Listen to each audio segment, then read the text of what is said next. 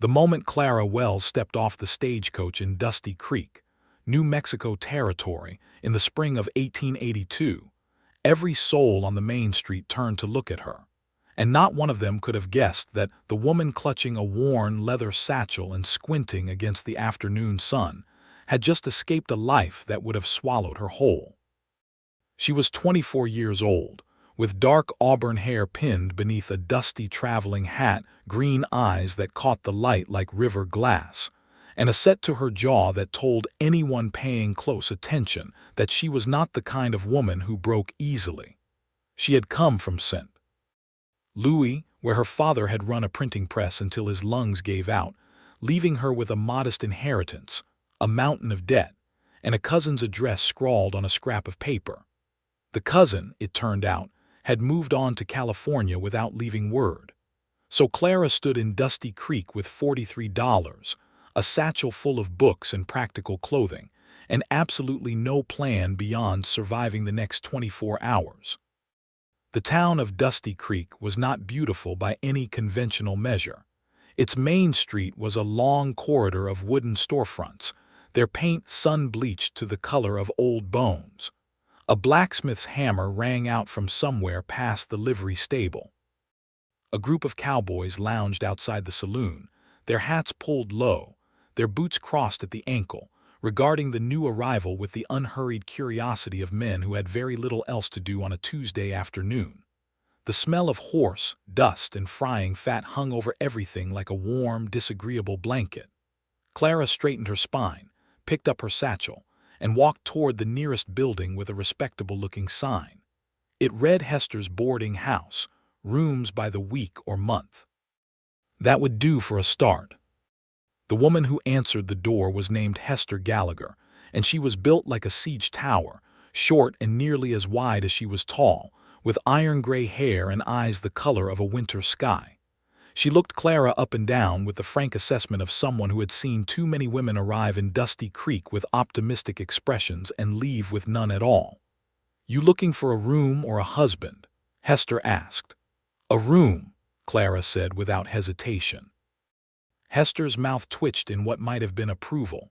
$1.50 a week, meals included. I don't allow spirits in the rooms, and I lock the front door at 9 o'clock. You miss the bell, you sleep on the porch. "That's perfectly reasonable," Clara said, and paid the first week in advance.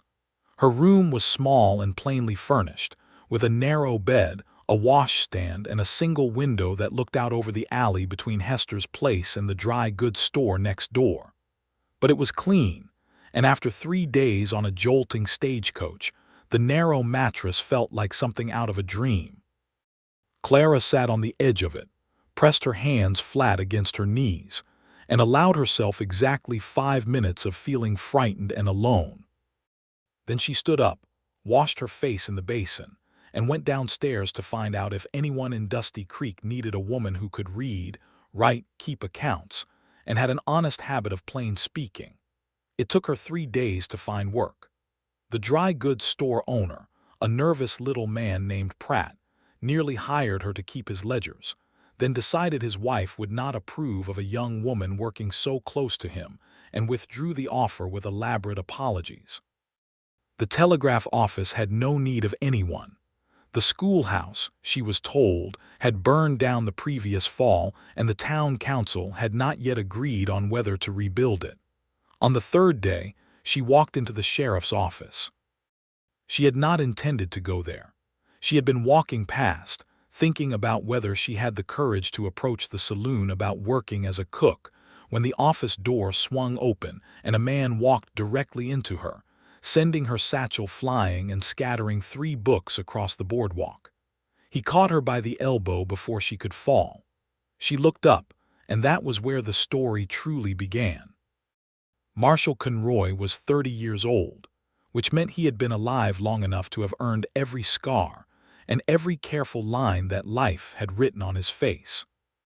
He stood well over 6 feet with broad shoulders that filled the doorframe behind him, dark brown hair worn a little long beneath a weathered hat, and eyes that were a quiet, serious shade of gray. He wore a badge on his coat, a U.S. Marshal's star that caught the afternoon light with a dull gleam. There was nothing showy about him. He had the kind of stillness that comes to men who have spent years watching dangerous things and learned that moving slowly keeps you alive. He bent immediately, scooping up her books before she could reach them, and handed them back with a directness that contained no performance of gallantry, just the simple, honest motion of a man righting a wrong he had caused. "I'm sorry," he said. "I wasn't watching where I was going." "Neither was I," Clara said, which was not entirely true but seemed fairer than assigning all the blame to him. He looked at the books in his hands for just a moment before he passed them over. They were a copy of Darwin's On the Origin of Species, a well-worn volume of Shakespeare's collected plays, and a practical guide to double-entry bookkeeping. He said nothing about the combination, but something in his expression shifted in a way Clara could not quite name. "You just arrive in town?" he asked. "3 days ago," she said. "You find a place to stay, Hester's boarding house." He nodded as though this confirmed something sensible about her. "I'm Marshal Conroy, U.S. Marshal stationed here." "Clara Wells," she said, and they shook hands, which was not the custom for strangers in 1882, particularly not between a man and a woman who had just met in the street, but neither of them seemed to notice that it was unusual until after they had done it. "Miss Wells," he said, "were you on your way somewhere or just passing?"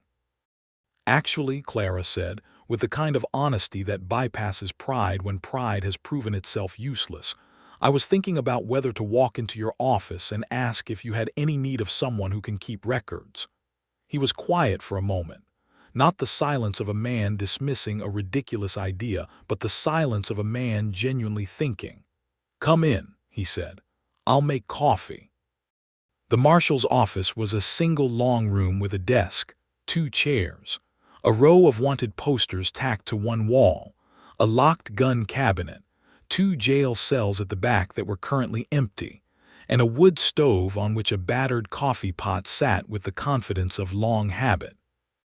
Marshall poured 2 cups and set them on the desk without asking whether she wanted any. Clara appreciated that. He explained, with the economy of a man who chose words deliberately, that he was responsible for a district covering 4 towns, which meant he was often gone for days at a time.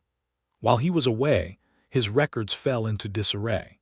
He received correspondence from the federal office in Santa Fe that required prompt and organized response. He had a budget for a part-time deputy, but the last one had quit to go prospecting.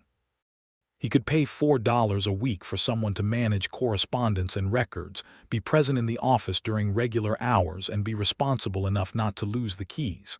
Clara calculated quickly.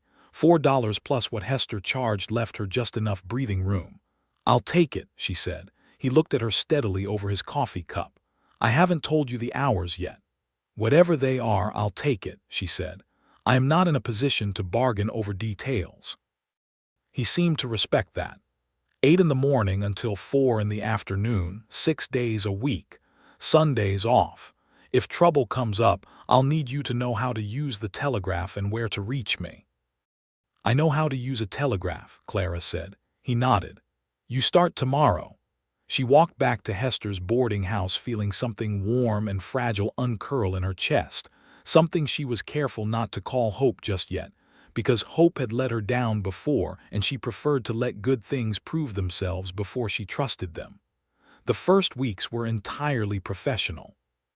Clara arrived at 8 each morning, hung her hat on the hook beside the door, and set to work on the piles of correspondence and ledgers that Marshall left in organized disorder whenever he rode out. She discovered that he was a meticulous man in some ways. His notes on investigations were precise and thorough, his handwriting clear, his thinking visible in the margins of documents where he had written short questions to himself. But the administrative side of the work was something he had done out of necessity rather than inclination, and it showed. She reorganized everything within the first week, created a filing system using boxes she bought at Pratt's dry goods store, and began responding to correspondence from Santa Fe with a brisk efficiency that apparently impressed the federal office, because they sent back a letter complimenting the improved response times. Marshall read that letter at his desk with an expression that was not quite a smile but was close enough to count. "You did this," he said, not as a question. "You can write them back and say so if you like," Clara said, not looking up from the ledger she was balancing. "I won't," he said, and set the letter down and went back to cleaning his revolver. The town of Dusty Creek had a particular rhythm that Clara learned the way you learn any language, slowly at first and then all at once. There were the miners who came down from the hills on Fridays to drink away their wages at the saloon. There was old Pedro Vargas, who sold tamales from a cart outside the livery every morning and who always saved the best ones for Clara because she said thank you in Spanish, which she had learned from a book. There was Hester, who was gruff in her manner but appeared silently at Clara's door with extra blankets when the desert nights turned cold, as though daring anyone to call it kindness. There was Doc Emmett, who was 60 and half blind and still the best physician within 40 miles, and who liked to stop by the marshal's office on quiet afternoons and talk at Marshall about whatever was bothering him, until Marshall gave a short response that somehow always said exactly the right thing. And then there was the rest of Dusty Creek, the dozens of ordinary people trying to hold on to what little they had in a territory that was still being argued over by ranchers, the railroad, the Apache, and the federal government in turns.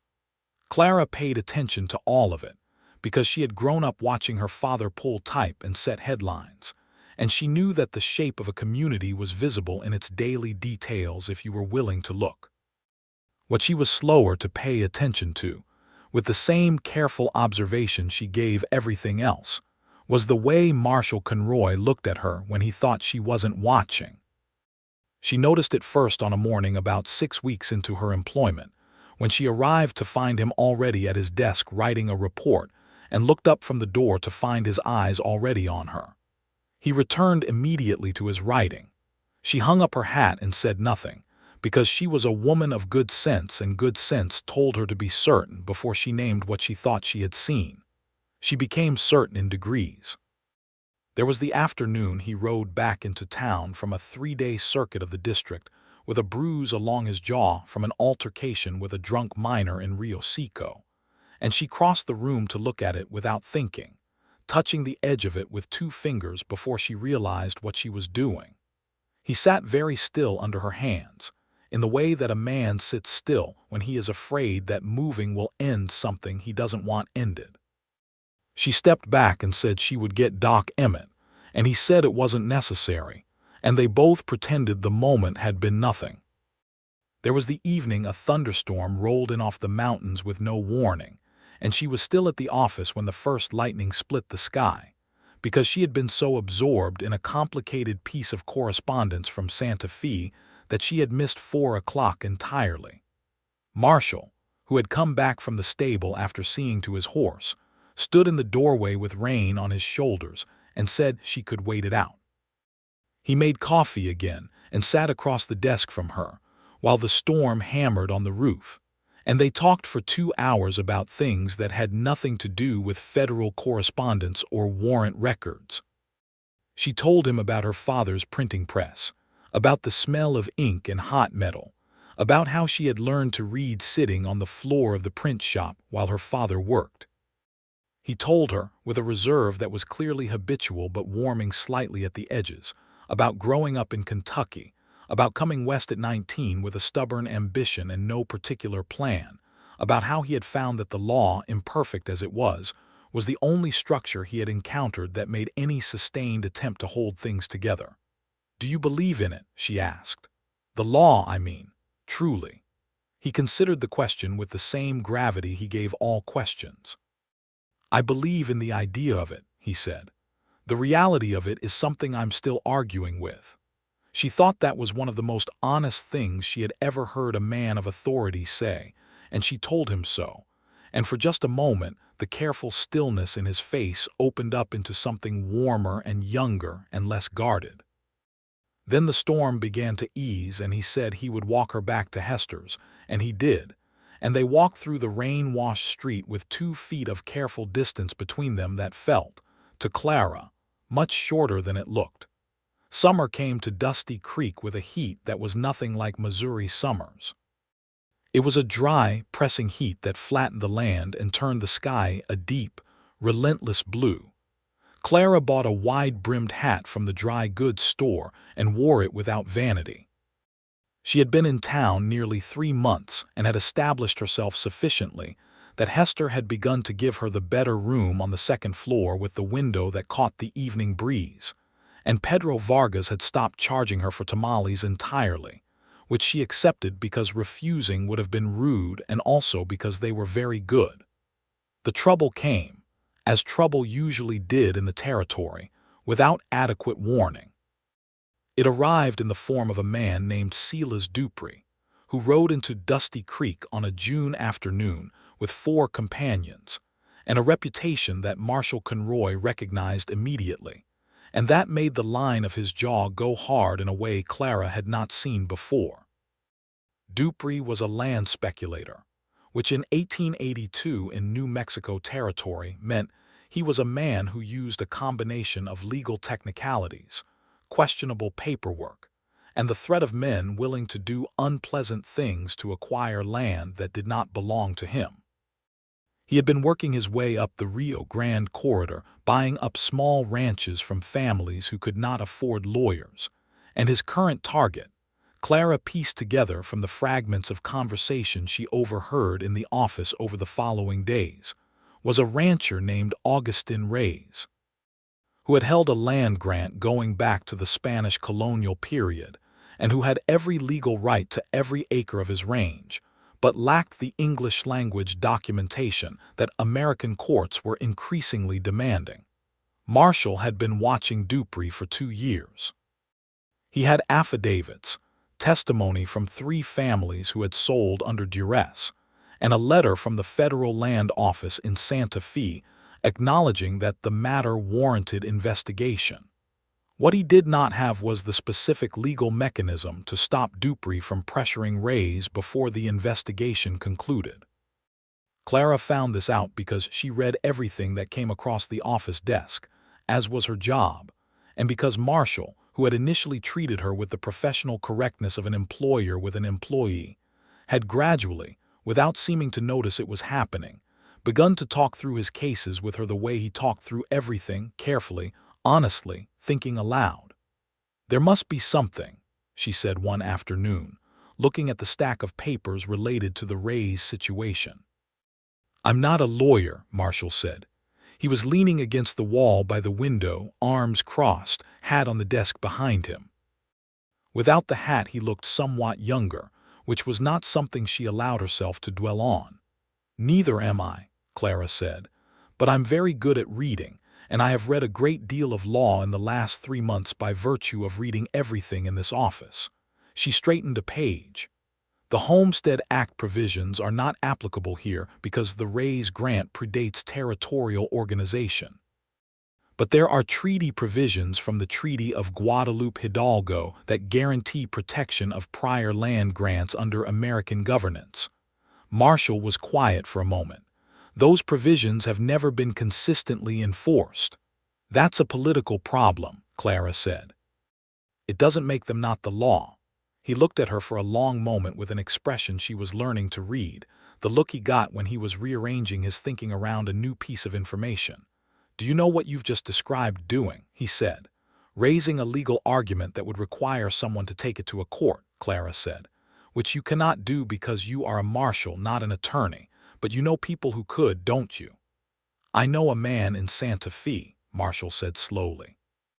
"A federal attorney. He would need a well-constructed argument in writing." Clara was already pulling a fresh sheet of paper toward her. "Tell me everything you know about the Reyes grant," she said, "and I will write you something worth sending." She worked on the document for 4 evenings, sitting at the office desk after hours with a lamp burning and Marshall alternating between his desk and the chair across from her, providing information when she asked for it, and otherwise being quiet in the way that she had come to think of as one of his best qualities. It was not the quiet of a man with nothing to say. It was the quiet of a man who understood that some work required space. The letter she produced was, by any measure, excellent. It laid out the history of the Rays grant, the applicable treaty provisions, the documented pattern of Dupree's methods in prior acquisitions, and a clear argument for why federal intervention was not only warranted but legally required. Marshall read it twice, then looked at her with an expression that was doing several things at once, all of them complicated. "Where did you learn to write like this?" he asked. "My father," she said. He believed that the most important skill a person could have was the ability to put a clear argument on paper.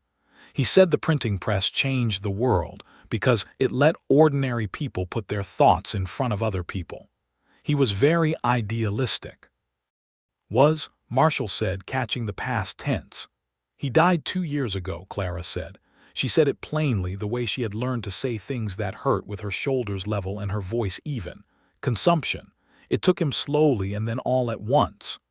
Marshall said, "I'm sorry," and he meant it in the direct, unadorned way he meant most things, without the decorative sympathy that was worse than silence. "Thank you," she said, and they looked at each other across the lamplight for a moment that stretched and held and did not break so much as it settled, like a bridge accepting weight. He sent the letter the following morning. Meanwhile, Silas Dupree made himself comfortable in Dusty Creek in the way that men of his kind always did, spending money in the saloon, talking too loudly about his plans for modernizing the range, and treating everyone he met as either a tool or an obstacle. He came into the marshal's office once, on a bright Wednesday morning, to make what he called a courtesy call, and stood in the middle of the room with the expansive confidence of a man who had never yet encountered a consequence large enough to diminish him. Clara was at her desk. She watched him without expression, which seemed to disconcert him slightly. Men like Dupree, she had noticed, preferred women to either admire or fear them. Marshall sat at his desk and regarded Dupree with the gray, steady attention he gave to all things that might require management. "Marshall," Dupree said, with the fraternal warmth of a man who believed all men of authority belonged to the same unspoken club, "I just wanted to introduce myself and let you know that my business here is entirely above board. I'm doing this territory a service, consolidating inefficient small holdings into productive operations. Progress, that's all." "I've read your land purchase history, Mr. Dupree," Marshall said. "I wouldn't characterize all of it as entirely above board." Dupree's smile thinned at the edges. His gaze moved to Clara. "And who is this?" "My administrative assistant," Marshall said. "She keeps my records. Pretty thing to have around an office," Dupree said. Clara looked at him with the same measured, flat attention she might give to an inventory discrepancy. "I also draft legal correspondence," she said. "All of it on record with the federal office in Santa Fe." There was a brief pause. Dupree looked at her more carefully this time. Then he looked at Marshall, and something passed between them that required no words, the look of a man recognizing that the geometry of the situation was not as simple as he had believed. He left shortly afterward with his smile still in place, but something slightly different in the way he carried his shoulders. Marshall looked at Clara after the door closed. "You said that on purpose," he said. "Of course I did," she said, and went back to her ledger.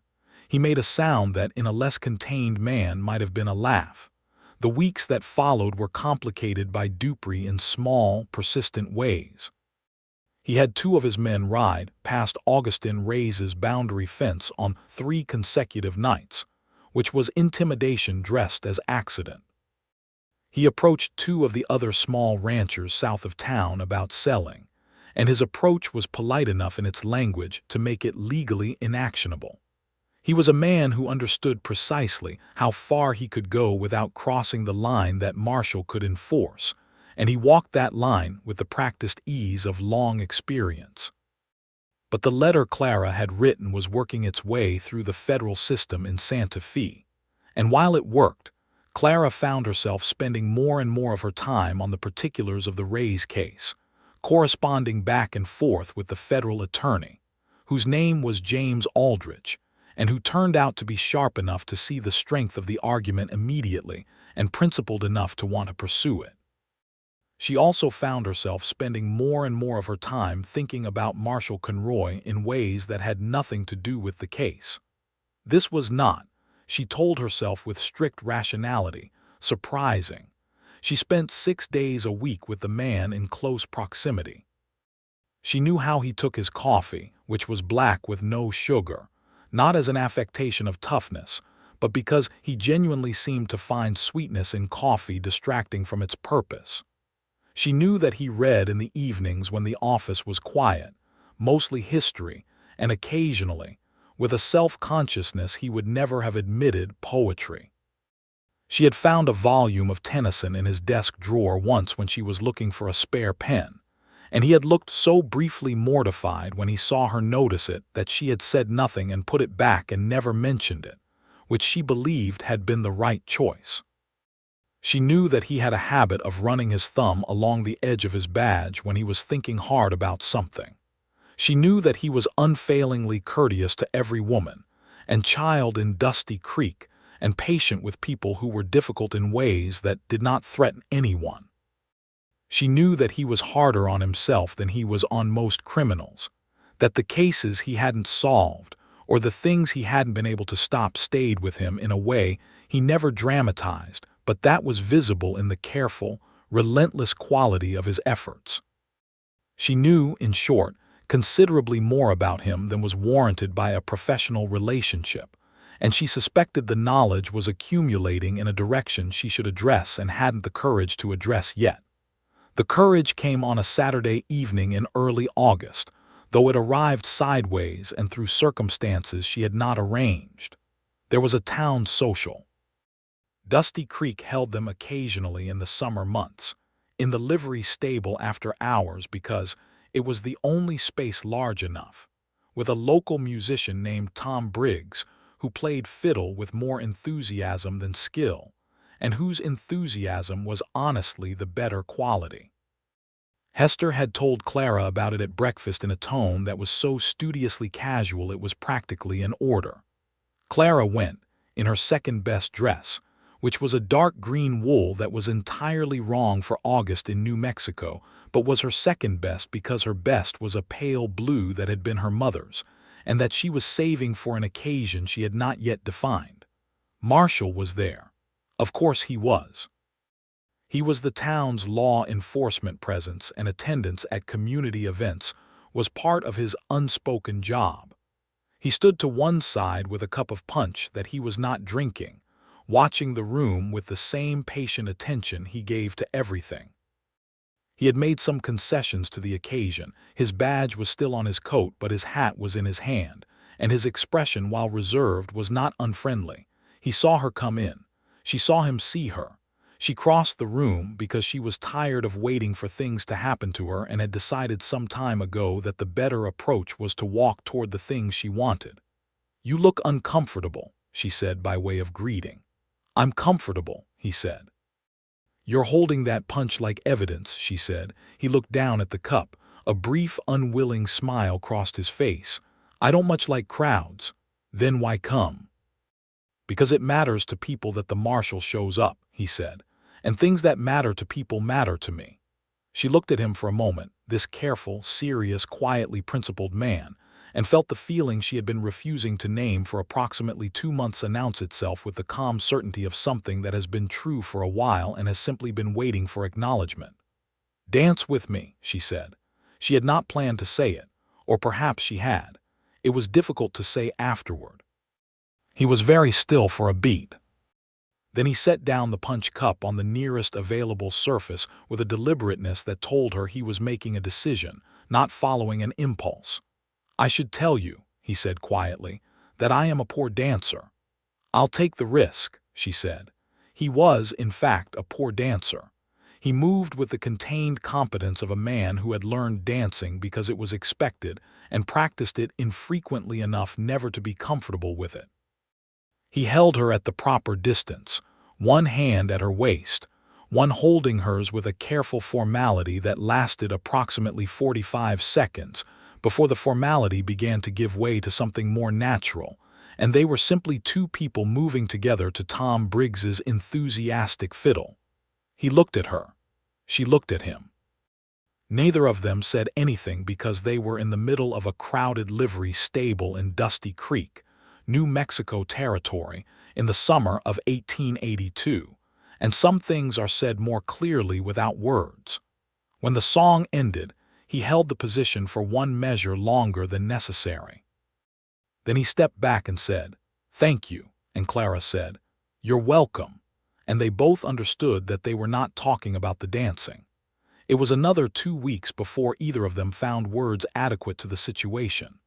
2 weeks in which the atmosphere of the office had changed from professional to something more charged, in which every conversation had an additional current running beneath it, in which they were careful with each other in the way that you are careful with something that matters.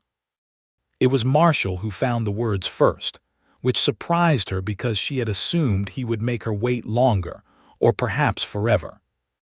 He came in one Tuesday morning, stood at the door for a moment after he entered as though reconsidering whether to leave again, and then said, "Clara," which was the first time he had used her given name without the miss before it.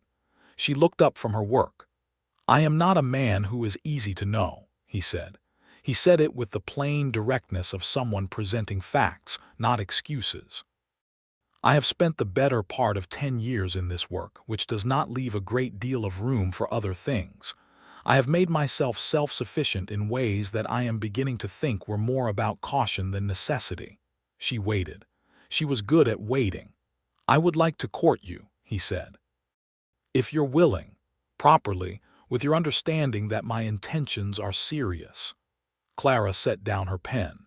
She looked at him standing in the doorway with the morning light behind him and the same careful, genuine expression he brought to everything he meant. "Marshall," she said, using his given name just as deliberately as he had used hers, "I have been sitting in this office with you for 5 months, and in that time I have had considerably more than enough evidence to conclude that you are the most honest and worthwhile person I have met since I came to this territory. Yes, I'm willing." He let out a breath. She had not realized until that moment that he had been holding it. "Tonight," he said, "dinner at the hotel dining room, if you're free." "I'm free," she said. She went back to her ledger and he went to his desk, and they worked in the same professional silence they always had, except that the silence was now doing entirely different things. Dinner at the hotel dining room was the finest Dusty Creek had to offer, which was not fine by St. Louis standards but was clean and plentiful, and that particular evening, lit with the amber glow of oil lamps that softened everything into something approaching beauty. They talked for 3 hours. Clara had not understood until that evening how much of Marshall she had not yet seen, because everything she'd known was filtered through the professional context of the office, and she now discovered that out of that context he was, very quietly and with no apparent awareness of it, funny. He told stories about his earlier years as a deputy in Kansas, with a dry observational humor that made her laugh out loud twice, and both times he looked surprised by her laughter in a way that suggested he had not known he was going to produce it. She told him things she had not told anyone in Dusty Creek. About her father, more fully this time, about the grief of watching someone you love diminish by degrees, about the strange guilt of surviving when they don't. He listened the way he listened to everything, with his full attention and no impulse to fill the space with words that weren't needed.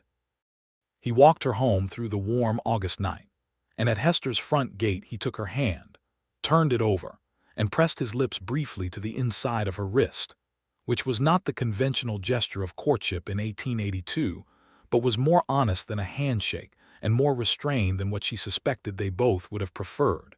And she went to bed that night with her face warm and her heart doing something complicated and hopeful that she finally allowed herself to call by its name.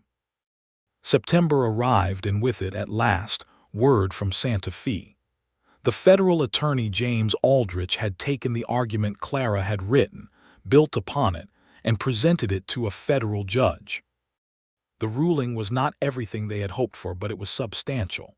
The Ray's land grant was to be formally recognized under treaty provisions, and Silas Dupree was formally notified that any further attempt to acquire the Rays' land would be met with federal prosecution.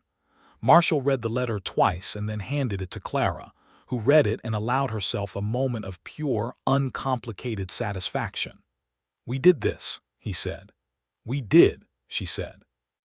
They rode out together to the Rays' ranch that afternoon to deliver the news personally.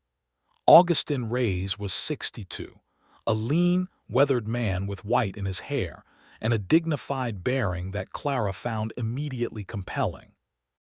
His wife, Maria, came out of the house wiping her hands on her apron and looked at their faces and understood from their expressions what they had come to say before a word was spoken.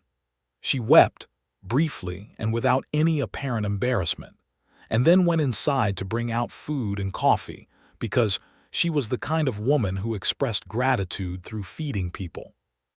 They stayed for 2 hours, sitting on the Rays' porch in the long September light, and Clara watched Marshall with Augustin Rays and thought that this was another piece of him she had not fully seen, the ease he had with people whose lives were different from his, the respect that was in him naturally and not performed. On the ride back into town, the horses ambling along at their own unhurried pace through the desert late afternoon, Marshall said, "That document you wrote is probably going to be used as a precedent for similar cases." "Good," Clara said. "Do you know," he said, in the careful way he approached things he was building toward, that the Territorial School Board has been looking for someone to help develop curriculum for the school they're rebuilding. Someone who can read law and write clearly and thinks in organized systems. Clara looked at him. "Are you recommending me for something?" "I'm telling you something exists that you might find more satisfying than keeping my filing system," he said. He said it without any self-pity, just the calm observation of someone who could see both her capabilities and his limitations clearly. "I don't find keeping your filing system unsatisfying," she said, "though I notice you're suggesting I have options." "You always have options," he said. "I want you to know that. Whatever you choose, it should be because you want it." She understood what he was telling her, what he was making space for. She was quiet for a moment, watching the desert light turn golden and the shadows lengthen across the scrubland. "I'll look into the school board," she said, "and I'll keep your filing system. Both things can be true." He nodded. Then after a moment he said, "Clara." "Yes," she said. "I love you." He said it in the same voice he used for all true things, level and direct and without decoration. She pulled her horse gently to a stop and he stopped beside her. They sat there in the evening light with the desert all around them, and she looked at this man who had offered her honesty at every turn and truth without ornamentation, and who had just given her the most important one. "I love you too," she said. "I have for quite some time." He reached across and took her hand where it rested on the saddle horn, and they rode back into Dusty Creek like that, side by side in the golden light, and everyone on the main street who saw them gave them approximately 15 seconds of attention before going back to their own affairs, which was the right amount. Silas Dupree left Dusty Creek within the week of the federal ruling. He did not leave quietly. He made several remarks in the saloon about overreaching federal authority and the injustice of treaty law protecting people who had no place in the modern development of the territory. And those remarks were listened to with the particular attention of a community that knew exactly whom he was talking about and had more affection for the Rays family than for any developer with money and bad intentions. He left, and Dusty Creek let him go without ceremony, which was the appropriate farewell. October came and cooled the desert into something Clara had not expected to love as much as she did. The sharp blue mornings and the blaze of afternoon, and the evenings that turned amber, and then purple with a swiftness that still surprised her. She had accepted the position with the Territorial School Board, working 3 mornings a week developing curriculum for the new schoolhouse that was being built at the south end of Main Street with donated lumber and community labor. She kept the other 3 mornings at the marshal's office, which was now more than adequately organized and needed her mainly for correspondence, and the occasional complicated affidavit. She and Marshall courted with a formality that sat comfortably alongside a growing ease. Dinners at the hotel, walks out along the edge of town in the cooling evenings, Sunday afternoons on the porch of the boarding house because Hester, who had developed a respectful tolerance for Marshall that she expressed by making sure the good rocking chairs were always available on Sundays, had created something like a standing invitation without ever using the word. He asked her to marry him in November. He did it in the Marshall's office, on a quiet Wednesday afternoon, sitting across the desk from her in the chair he had long since stopped thinking of as the visitor's chair, and she had long since stopped being surprised to find him occupying when she arrived in the morning. He put a ring on the desk between them, a simple band with a small blue stone that he told her had been his mother's, and he said exactly what he meant, which was that he loved her and he wanted to spend the rest of his life being worth the trust she had placed in him, and that he understood if she wanted time to consider. She did not want time to consider. She picked up the ring and put it on her own finger and said yes with the directness of a woman who knew what she wanted and had not yet met any good argument against taking it. Hester cried when Clara told her, which Hester denied and Clara never mentioned. Pedro Vargas produced an extra tamale for each of them when he heard the news, which was his highest expression of celebration. Doc Emmett shook Marshall's hand at length and told him he had better deserve her, and Marshall said that he intended to spend the rest of his life trying. They married in December, in the new church that had been completed in September, which was small and smelled of fresh pine, and had windows that looked out onto the desert with the frank, uncurtained openness of a building that had not had time to accumulate conventions. The minister was a man named Reverend Cole, who married people with a brisk practicality that Clara appreciated, as if he understood that the important things had already been decided before anyone arrived at the church, and the ceremony was simply the public acknowledgement of a private truth. She wore the pale blue dress that had been her mother's, altered by Hester's surprisingly deft hand to fit her properly, and she walked down the aisle of the small church with her chin up and her eyes on Marshall's face, which was doing something complicated and open and entirely unguarded in a way she had rarely seen and treasured. He looked at her as she walked toward him with an expression that required no interpretation. It was the look of a man who understood exactly what was happening and had decided, with complete deliberateness, that it was the right thing. He took her hands when she reached him, and his grip was warm and steady, and she felt, in that moment, the particular kind of peace that comes not from the absence of trouble, but from the knowledge that you are not facing it alone. The winter in Dusty Creek was not severe by many standards, but it had its teeth. Cold nights and the occasional snow that transformed the desert into something briefly, quietly astonishing before it melted in the afternoon sun. Clara and Marshall settled into the small house at the east edge of town that Marshall had rented and then bought, a 3-room adobe with thick walls that held the cold out and the warmth in, and a kitchen with a stove that heated the whole place when it was properly managed. Their life together had the shape of two people who had both been self-sufficient long enough to know how to inhabit the same space with genuine respect for each other's needs. He was an early riser. She was not, but she did not fault him for the clatter of coffee making at first light, and he had learned to make it quietly. She liked to read in the evenings in a way that required sustained attention. He was comfortable with the silence this created and often read himself. They talked at dinner with a thoroughness that covered both the practical details of their days and the deeper things they were still learning about each other, because there was always more, and they were both committed to the learning. He was a good man to be married to. Clara understood this not as a simple or static thing, but as something she kept discovering in fresh instances. The way he treated Maria Reyes when they met at the dry goods store, with the same respect he showed everyone, without condescension or the performative courtesy that was its own kind of slight. The way he listened when she talked about her work with the school board, asking real questions, taking her answers seriously. The way he came home from a difficult circuit, looking tired in the deep way that some days left him, and sat at the kitchen table while she put dinner on and said nothing for a while. And she let him have the quiet because she had learned to read the difference between the quiet that was withdrawal and the quiet that was just a man processing difficulty at his own pace. When he was ready, he talked, and she listened, and the evenings generally ended better than they had begun. In the spring of 1883, Clara discovered she was pregnant. She told him in the kitchen on a Saturday morning, with the coffee brewing and the desert light coming through the window in long, clean bars. She had not planned the timing or the setting.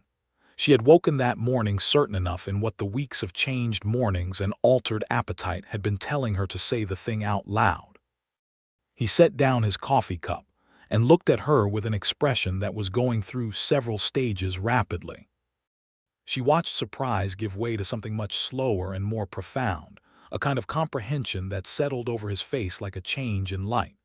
He crossed the kitchen and held her, not dramatically but steadily, with the arms of a man who intended this particular hold to communicate something permanent.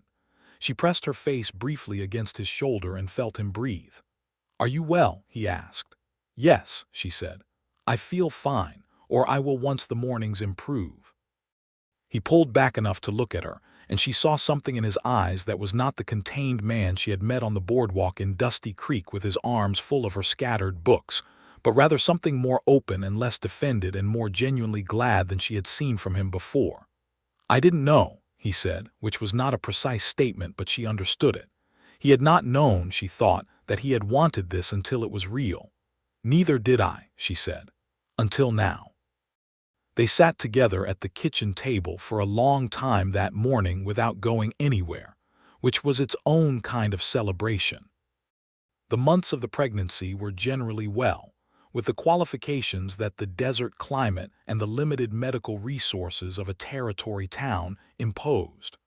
Doc Emmett was competent and attentive in his near-blind way, and Clara trusted him because she had seen his work. Hester, who had 3 children grown and living in other states, materialized at useful intervals with practical advice delivered in her customary style, which was as close to tender as Hester ever got, and which Clara had learned to receive on those terms. Marshall rode shorter circuits while she was pregnant, arranging with a deputy from Rio Seco to cover more of the district's range, and he came home more regularly, which she appreciated without requiring him to make a point of it. He was attentive in ways that were practical rather than fussy, ensuring the woodpile was never low and that there was always enough food in the house, fixing the kitchen stove's temperamental damper with a thoroughness that had it working better than it had since they moved in. They talked about names at dinner, an ongoing negotiation that was also a kind of play, running through possibilities with the dual criteria of genuinely liking the name and being able to say it across a room without feeling ridiculous. She liked names that had some history behind them. He was more interested in names that didn't carry someone else's story that would have to be lived up to or lived down. "What about Thomas?" he said one evening. "My father had a business partner named Thomas who was dishonest," Clara said. "That's a significant obstacle for the name," he said. "James," she offered. He considered. "James Conroy, I think that works." "James if it's a boy," she said. "And if it's a girl?" "Eleanor," she said, which was her mother's name. "Eleanor Conroy," he said. He seemed to try the sound of it and find it good. "Yes." James arrived in the last days of October 1883 during a windstorm that rattled the shutters and kept the candles guttering until Marshall blocked the draft under the door with a folded blanket, and Doc Emmett earned every bit of the trust Clara had placed in him. She was in labor for 12 hours, which was hard in the practical, embodied way that all hard things are hard, without romanticization, and Marshall stayed in the room the entire time, which was not the usual arrangement in 1883, but which she had told him she wanted, and which he had accepted without making a discussion of it.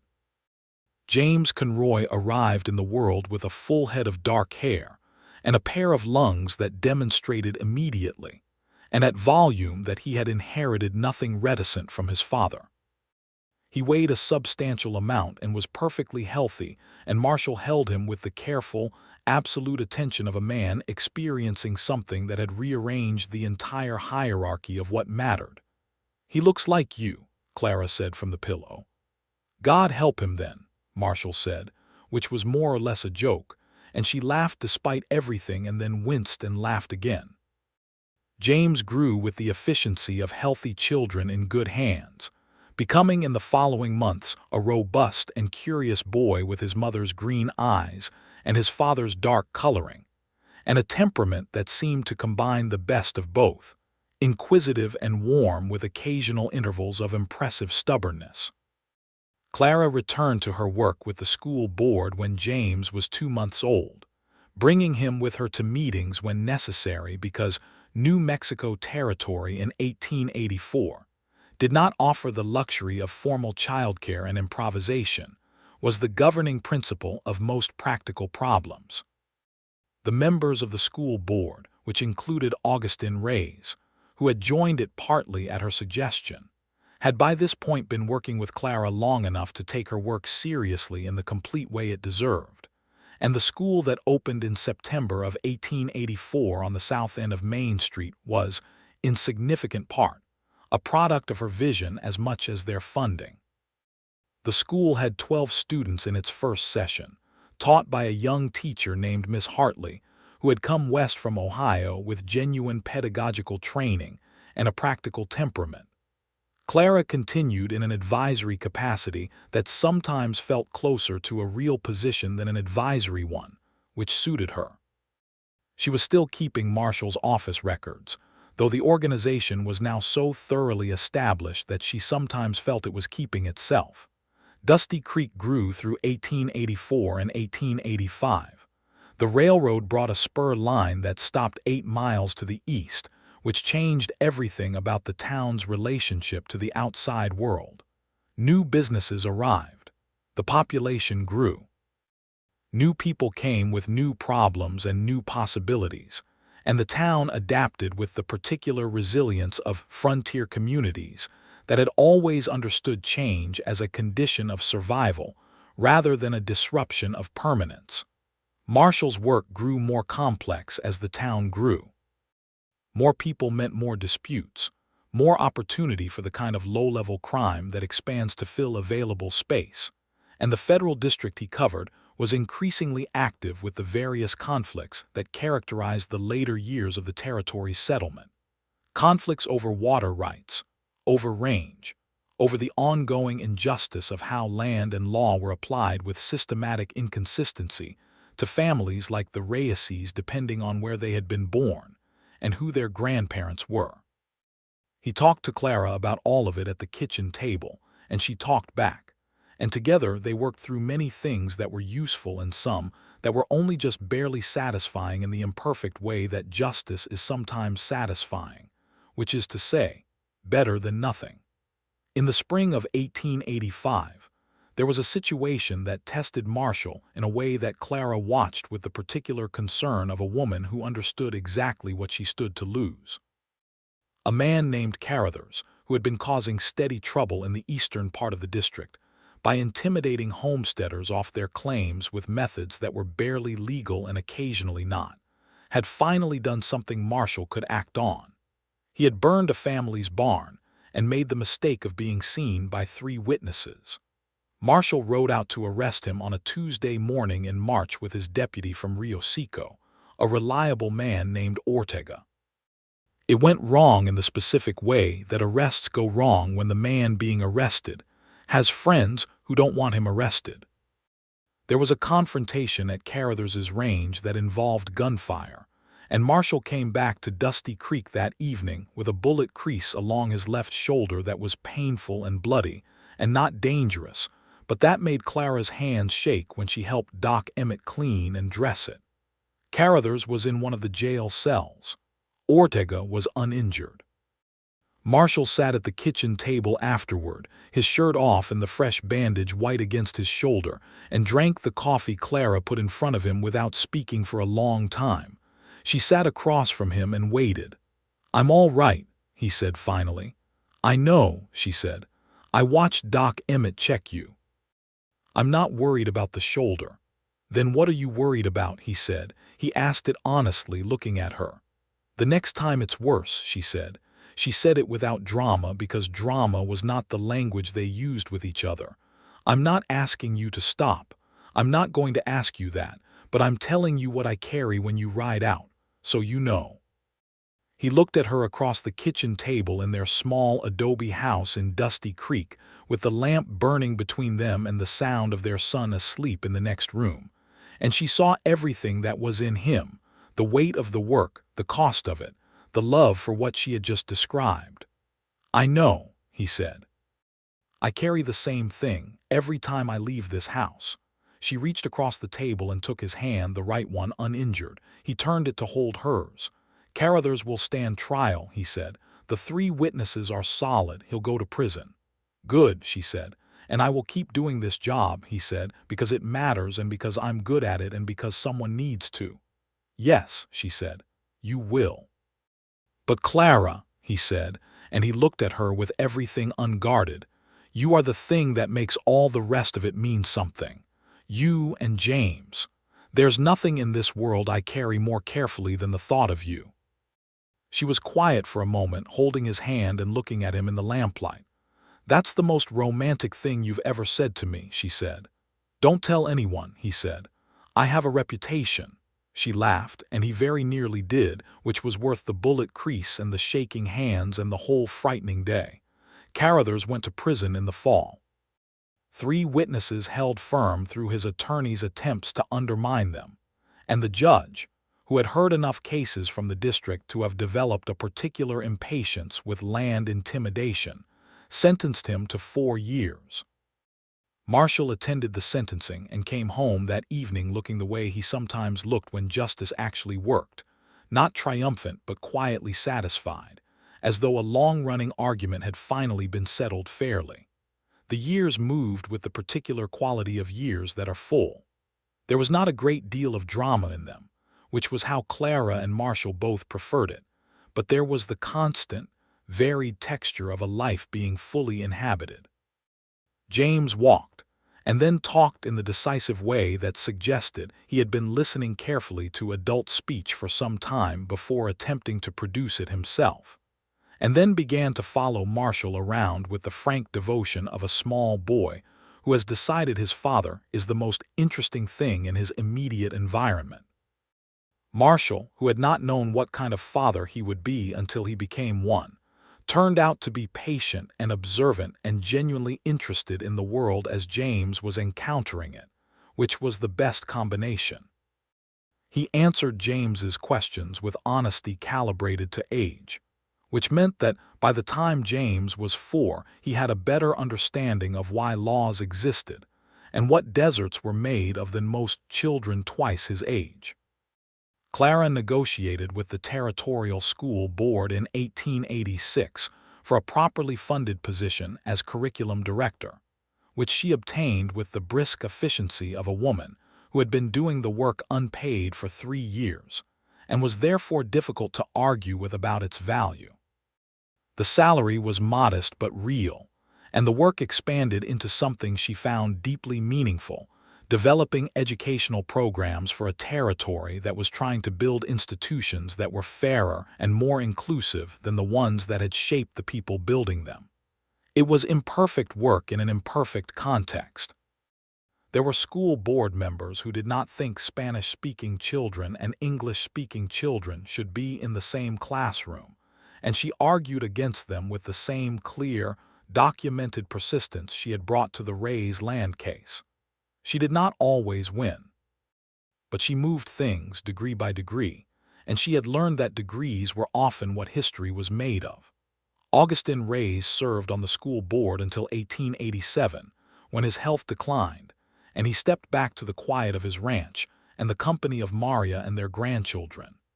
He and Marshall had developed over the years something that neither man called friendship because they were both too practical for that word, but that was, in every material respect, exactly that. Clara had her own bond with Maria Reyes, which had grown from the afternoon of the good news into a correspondence and mutual visiting that enriched both their lives. In the summer of 1887, Clara became pregnant again. She told Marshall over breakfast on a calm Sunday morning, and this time he received the news with less surprise and more of the immediate settled warmth of a man who knew exactly what he felt about it. "I'd like a girl this time," he said. "I'll see what I can do," Clara said. "Eleanor," he said. "If it's a girl," she said. It was a girl. Eleanor Conroy arrived in February of 1888, smaller than her brother had been, but with an equally decisive set of opinions about the world, which she expressed at volume from her first moments.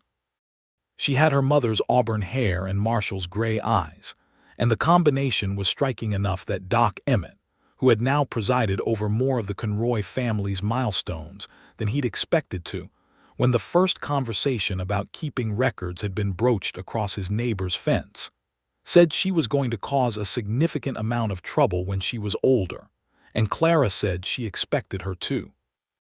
James, at 4.5, received his sister with the mixture of proprietorial fascination and occasional resentment that older children characteristically bring to new siblings, and settled into a relationship with her that was, by the time Eleanor was a year old, genuinely tender, though he would never have admitted it using a word like that.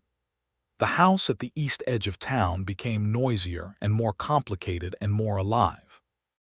Clara had not known, before she had it, how much she had wanted exactly this specific life, and she thought about that sometimes, about the version of herself who had stepped off the stagecoach in Dusty Creek with $43 and a leather satchel and no plan, and what that woman would have thought if she had known. She thought she would have run toward it as fast as her traveling boots would carry her.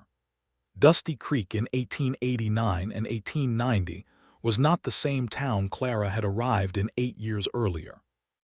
It had a proper school with 3 teachers now. It had a newspaper, which had started as a single broadsheet printed weekly by a man named Hollies and grown into something more substantial. It had a women's charitable society, 2 doctors sharing Doc Emmett's practice after Doc Emmett's eyesight finally failed completely, and he retired with the grace of a man who had done his best for a long time. It had a population of nearly 800 people, which still made it small by any Eastern standard, but which constituted a genuine community in the way that towns become communities, through the accumulation of shared experience and the knowledge of each other's stories. Marshall served as the district's U.S. Marshal through 1891, when a reorganization of the federal judicial districts brought changes in how the territory was administered, and he was offered a position in Santa Fe that would have meant a promotion in rank and a substantial increase in pay, but also a desk job with significantly more meetings and considerably less of the ground-level work he had been doing for 15 years. He came home and told her about it over dinner and was quiet while she thought. "What do you want?" she asked. "I want to know what you think," he said. "I think," she said, "that you are a man who does his best work when he can see the actual results of it. And I think you are a person who would be miserable in Santa Fe in an administrative position regardless of the title. And I think," she added more gently, "that Dusty Creek is your place as much as it's mine and we should stay." He looked at her for a long moment. "You could do more from Santa Fe," he said. "The Territorial Board of Education would give you more reach." "I have enough reach," she said, "and I have exactly the life I want here." He declined the position. The federal office appointed someone else. Marshall stayed in Dusty Creek as the district marshal, and the following years were, by any measure, good ones. James started at the Dusty Creek School in 1889 and demonstrated almost immediately that he had inherited his mother's appetite for learning and his father's methodical approach to it. He was the kind of student who read ahead in the textbook, not because he was showing off, but because he couldn't help it. By the time Eleanor started school in 1895, James was already a young man of 12 with a serious demeanor and an interest in law that Clara watched develop with the particular pleasure of a mother who sees her child finding the shape of their own life. Eleanor was different.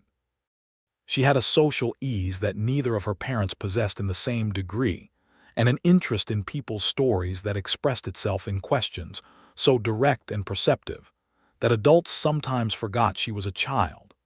She was drawn to horses and the outdoor life of the territory with an enthusiasm that Marshall met with uncomplicated encouragement, teaching her to ride with the same patient attention he gave everything, and she took to it with the native ease that some people simply have.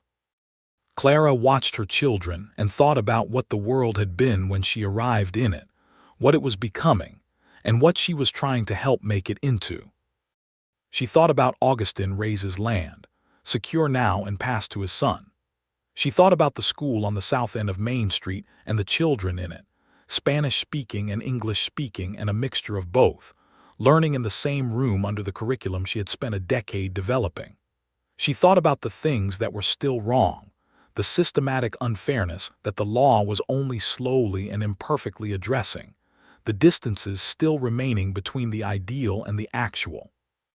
She was not a woman who could live with the distance without trying to close it. She never had been, and she did not intend to become one. Marshall turned 45 in 1897, and the years on his face were interesting rather than diminishing, which Clara said to him on his birthday in a way that made him look at her with the particular expression he had that was equal parts affection and disbelief at his own good fortune. "You are a bias," he said. "I am also accurate," she said. "You can be both." They had settled into a marriage that was, after 15 years, still the most interesting relationship either of them had ever had. This was not a small thing, and they both knew it. The interest was not the volatile, consuming kind of early love, but something more like the interest of a landscape that keeps revealing new topography, that rewards sustained attention with sustained discovery. He still brought her coffee in the morning, black, and she still brought him books she thought he should read with the kind of certainty about his preferences that only long knowledge makes possible. They still talked at the kitchen table more evenings than not, about the children and the town and the territory and the cases he was working, and the school board and the world that was changing around them with an increasing speed that was sometimes astonishing and sometimes alarming and always interesting. He still looked at her, across rooms and across tables and across the years, in the way he had looked at her on a boardwalk in Dusty Creek in 1882 when she had dropped her books and he had picked them up, and something had begun that neither of them had understood yet. With attention, with something that was underneath attention and held it up. The new century arrived in Dusty Creek with a dance, and a great deal of noise from the saloon, and a midnight toast from Hester's porch, where a gathering of the town's long-standing residents had accumulated with the organic comfort of a community that knew its own traditions. James was 16 and already half a head taller than his father with his mother's coloring and his father's eyes. Eleanor was 12, and had at that age the self-possession of a girl who had been taken seriously her whole life by two intelligent people, and therefore had no concept of why she should be anything other than absolutely herself. Clara stood on the porch with the cold January air on her face and Marshall's arm around her shoulder, and thought about the woman who had arrived in this town with a leather satchel and $43, and a cousin who had gone to California without leaving word. She thought about the library she had helped establish in 1894, which now had 400 volumes. She thought about the school curriculum she had built from scratch and the teachers she had helped train. She thought about the letters she had continued to write on behalf of families facing the legal complexities of the territory, the letters that had helped 7 different families hold their land, letters that James, who was reading law in his spare time with an intention that was becoming increasingly clear, had started helping her draft. She thought about the man beside her, who had caught her when she stumbled before he even knew her name, and had not stopped paying attention since. "What are you thinking about?" Marshall said, low and close to her ear. "Everything," she said. "Anything specific?" She turned to look at him in the cold, clear midnight light. "The boardwalk," she said. "The first day." He was quiet for a moment, and she watched his face do the thing it did, moving through the layers of what he was feeling toward the one that needed saying. "Best thing I ever did," he said.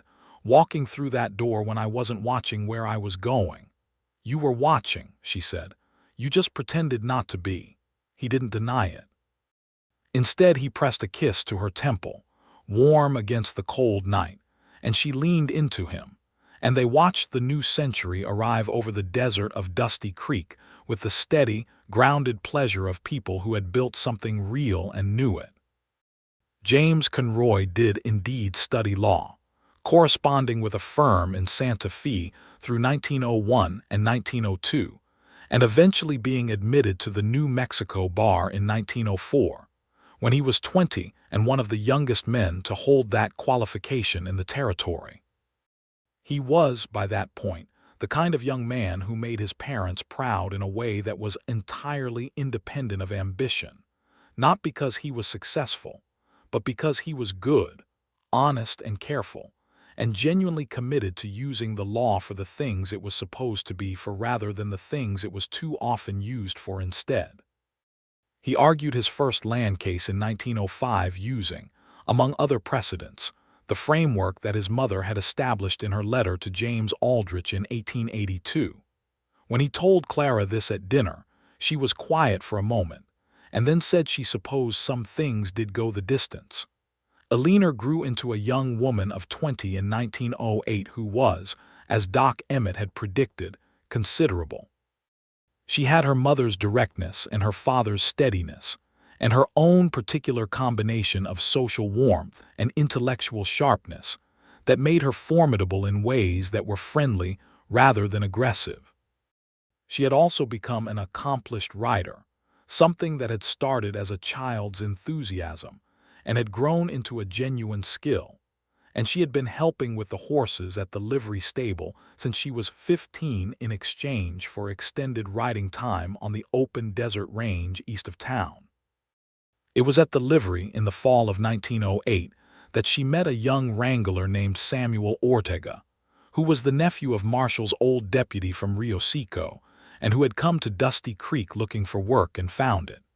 He was 22, quiet and capable, with a dry sense of humor and a capacity for hard work that the livery owner appreciated enormously.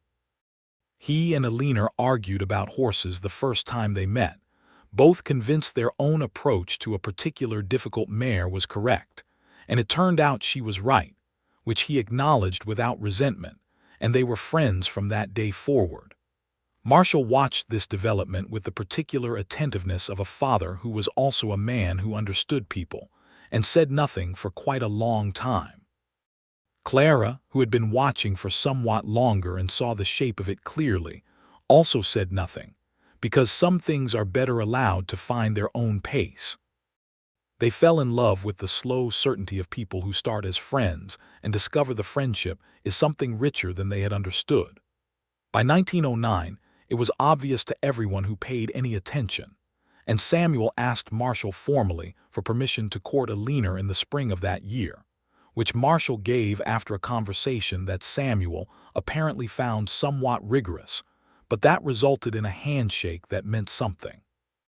Eleanor married Samuel Ortega in the fall of 1910, in the same church where her parents had married in 1882, which had been expanded and refurbished twice since then.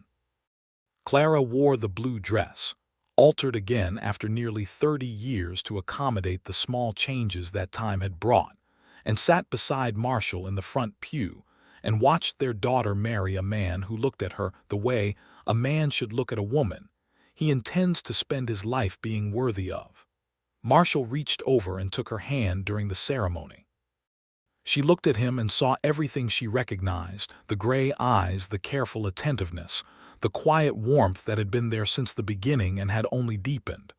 "We did all right," he said, so quietly it was almost only breath. "We did," she said. The reception was held in the same expanded livery that had hosted town socials since 1882, and Tom Briggs, who was 67 and had not improved notably as a fiddler but whose enthusiasm remained entirely intact, played until midnight. Marshall danced with Clara and with Alina and with Hester, who was 81 and still formidable, and who danced with the particular dignity of someone who had earned every year of it. Clara danced with Marshall late in the evening, when the crowd had thinned and the music had slowed, and the lantern light was golden and long. They danced close and unhurried, the way they had never danced in that first nervous livery social in 1882, when they had been careful with each other in the way of people who had not yet learned they were safe. She thought about all of it: the stagecoach and the leather satchel, the boardwalk and the scattered books, the coffee and the file boxes and the Ray's land letter and the dance and the proposal across a desk, the rain on the office roof, and the conversations that had gone on into the night, and the touch of his hand in the desert evening, and the words she had been afraid to call by their name, and then had not been afraid any more. She thought about James, who was in Santa Fe arguing a case that might or might not change how the territorial courts handled a specific class of land dispute. She thought about Alina, dancing now with Samuel a few yards away, laughing at something he said with the specific laughter of a woman who has found the person who makes the world funnier and warmer just by being in it. She thought about all the letters she had written, the arguments she had made, the children she had helped educate, the small and cumulative ways in which a life spent with purpose accumulates into something that outlasts the person who lived it. "You're thinking again," Marshall said, his voice warm against her hair. "I'm always thinking," she said. "I know," he said. "I like it about you." She pulled back enough to look at him. He was 58 years old, and the years in his face were interesting, as she had always maintained, and his eyes were the same serious, quiet gray they had been the first time he had looked at her across a boardwalk with his arms full of her books and something beginning that neither of them understood yet. "I love you," she said. She said it with the same plainness she said all true things. "I love you," he said. And he meant it with the accumulated weight of every year and every conversation and every cup of coffee and every letter and every ride through the desert and every child and every fight and every quiet evening at the kitchen table, with all of it behind the words and holding them up. They danced until the fiddle stopped. And then they walked home through the cool October night, through the town they had made their own, past the school and the library, and the marshal's office with the lamp burning low in the window because someone always left it on, through the quiet main street of Dusty Creek under a sky full of stars that the desert showed in a way no other place could quite match. They went home to the small adobe house at the east edge of town, with its thick walls and its warm kitchen and its bookshelves crowded with 30 years of accumulated reading, and its particular smell of coffee and wood and home. And that was where they were.